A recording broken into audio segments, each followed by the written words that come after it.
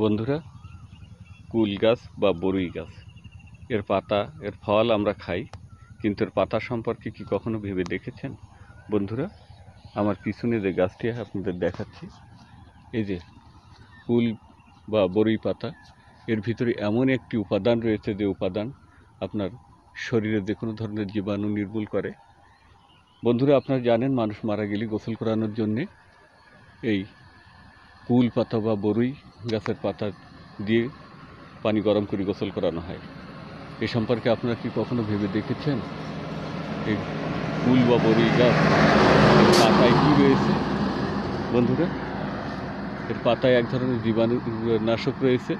মানুষ মারা যাওয়ার সাথে সাথে মানুষের শরীরে এক ধরনের ব্যাকটেরিয়া বা জাম জন্ম নেয়, সেটা অত্যন্ত ক্ষতিকারক।